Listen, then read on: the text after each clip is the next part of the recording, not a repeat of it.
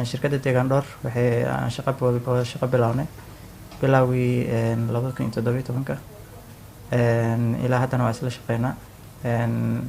Waxay qaabilsan yihiin oo isbitaalka u qaabilsan yihiin wax alaala wixii nadaafad ku saabsan. Run ahaantii awal 2017 wixii ka horreeyay isbitaalka ayaa maaragtay shaqaalaha nadaafadda asaga goonihiisa u qaadan jiray.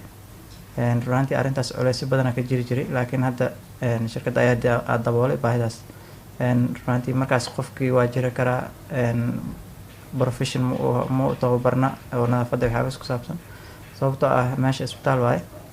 Markasta in isbitaal markii caafimaad la joogo cudurro badan iyo waxyaabo kale ka dhalan kara nadaafadda haddii aysan wanaagsaneyn. Tan kale saale ayaa jirto.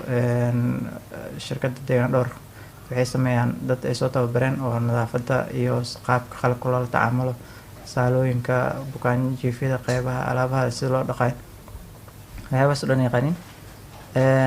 Ilaa hadda waa isla joognaa contractyada. Waxaan rajeynayaa in mustaqbal dheer insha Allah maadaama shaqadooda ayagu markasta si profession ay u shaqeeyaan, waxaan rajeynaynaa inaan insha Allah mustaqbalkana isla sii joogno. Run ahaantii waxyaabaha inaga ka fargareeyeen oo baahida ay dabooleen waxaa ka mid ah awal shaqaalaha qofkan waa jirana caawa kaloo ku dhihi karaa aniga caawa waa jirana biri ma soo shaqo gali karo.